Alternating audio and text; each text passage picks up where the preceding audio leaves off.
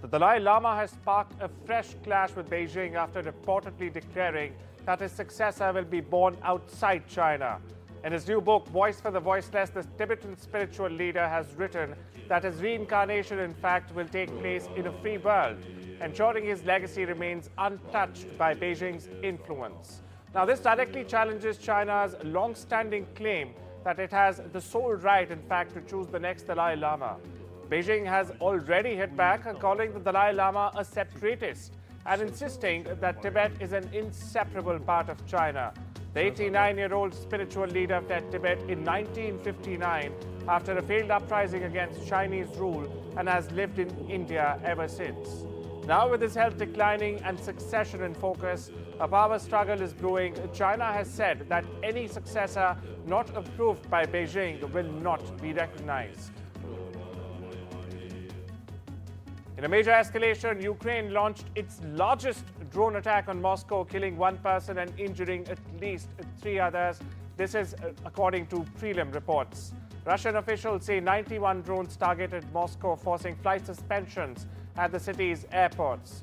Russia claims its air defenses intercepted 337 drones in all, including 126 in Kirsk, where Ukrainian forces have in fact been retreating. Now, the attack coincides with upcoming US-Ukraine talks in Saudi over potential peace negotiations. Moscow, meanwhile, remains on high alert following the massive drone assault. Ukrainian President Volodymyr Zelenskyy met with Saudi Crown Prince Mohammed bin Salman in Jeddah ahead of a crucial US-Ukraine meeting on peace negotiations with Russia.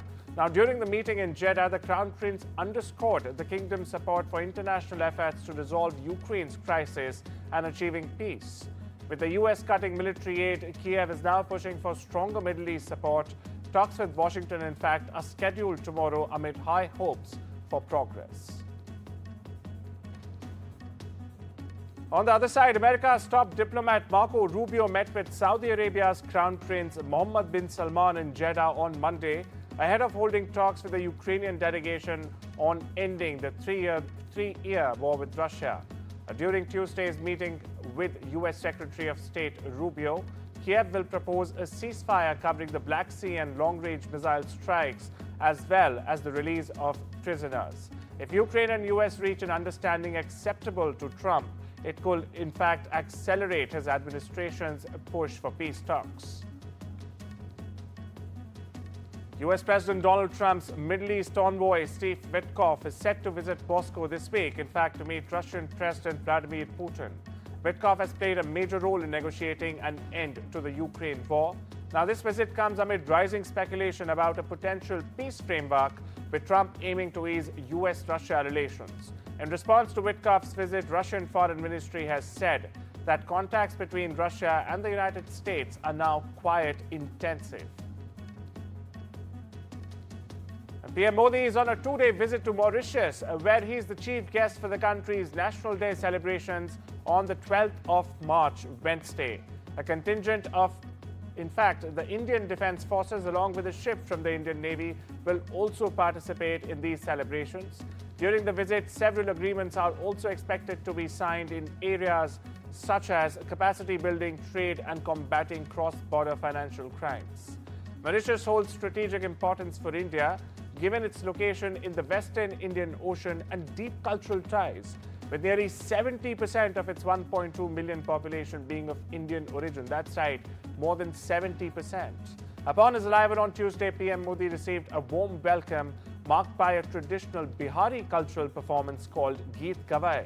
Recognized by UNESCO in 2016, this Bhojpuri musical tradition combines songs, prayers, and dance, and remains a significant part of Indian diaspora's heritage in Mauritius. U.S. Director of National Intelligence Tulsi Gabbard is set to visit India as part of a multi-nation trip to the Indo-Pacific region. Gabbard's visit, in fact, marks the first by a top White House official to India under the Trump 2.0 administration. She emphasized that strengthening relationships and communication is, in fact, key to achieving Trump's vision of prosperity. The visit comes shortly after PM Narendra Modi's visit to the U.S. in February, where he met Gabbard and reaffirmed, in fact, U.S.-India ties. The U.S. Senate voted Monday to confirm Lori Chavez de Rema as the country's labor secretary. It is a cabinet position that puts her in charge of enforcing federally mandated worker rights and protections at a time when the White House is trying to eliminate thousands of government employees. Now, Chavez de Rema will oversee the Department of Labor, one of several executive departments named in lawsuits challenging the authority of billionaire Elon Musk and the Department of Government Efficiency, or DOGE, to order layoffs and access sensitive government data. The Labor Department had nearly 16,000 full-time employees and a proposed budget of $13.9 billion for fiscal year 2025. Some of its vast responsibilities include, in fact, reporting the U.S. unemployment rate, regulating workplace health and safety standards, investigating minimum wage, child labor and overtime pay disputes, and applying laws on union organizing and unlawful terminations as well. The U.S. Agriculture Department has cancelled over $1 billion in federal funding that allowed schools and food banks to, in fact, purchase food from local farms. Now, the funding was part of two programs, the Local Food for Schools Cooperative Agreement and the Local Food Purchase Assistance, both of which have now been terminated. Around $660 million that schools expected for 2025 have been axed, impacting over 40 states. Now, critics have said that instead they've warned that this move could hurt local farmers and increase food insecurity. Meanwhile, Massachusetts Governor Maura Healey, a Democrat, herself castigated the administration for the decision.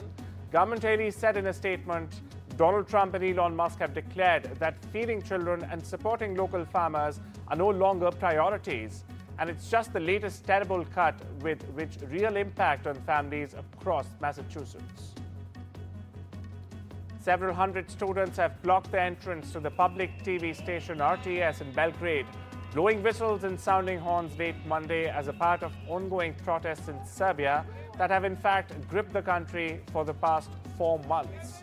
Students accuse the public TV channels of biased reporting and siding with the government and President Alexander Vučić for the duration of the demonstrations. The Serbian president was the main guest, in fact, on Monday evening's RTS News Bulletin, but it's not yet clear what triggered this evening's protest. Serbian students are also leading mass protests demanding responsibility after a deadly canopy collapse at the train station in Novi Sad, which killed 15 students on the 1st of November last year. A federal New York judge has blocked any efforts by President Donald Trump's administration to deport Mahmoud Khalil, a Palestinian activist at Columbia University who, in fact, was arrested on Saturday night until a conference on Wednesday. However, it's unclear whether he will appear in court on Wednesday or not. But his arrest is the latest escalation by Trump in what he terms the first arrest of many to come to crack down on pro-Palestinian demonstrations on college campuses. Now, meanwhile, Columbia faculty have condemned the ICE arrest. Take a listen. It is beyond the pale. It's targeted, retaliatory, and an extreme attack on the First Amendment. And it reeks of McCarthyism. The First Amendment protects everyone in the United States. And this unlawful arrest and detention are obviously intended to intimidate and chill speech that the Trump administration doesn't like, not just here in New York, but all across the country. Political speech or speaking out should never be the basis of punishment or lead to deportation. And what's more, Mr. Khalil, like every other green card holder, has a right to due process of law. Japan's trade minister has failed to secure a tariff exemption from the U.S. ahead of a 25% duty. That's right, a 25% duty on steel and aluminum imports set to take effect from the 12th of March. Despite Tokyo highlighting its strong economic ties with Washington, no exemption has been granted. Meanwhile, talks also focused on increasing Japanese investment in U.S. energy, including a proposed gas pipeline in Alaska. The UN Security Council will meet privately on Wednesday to discuss Iran's growing uranium stockpile, now enriched close to weapons grade. Requested by 6 member states, including the US and UK, the meeting in fact aims to assess whether Iran is breaching nuclear obligations or not. With time running out before international sanctions expire in October, tensions are rising. Former Philippine President Rodrigo Duterte was arrested at Manila Airport on an ICC warrant for crimes against humanity linked to his alleged deadly drug war. Now, Duterte, accused of thousands of extrajudicial killings, in fact, was detained after returning from Hong Kong. The ICC's investigation spans his time as Davao's mayor to his presidency.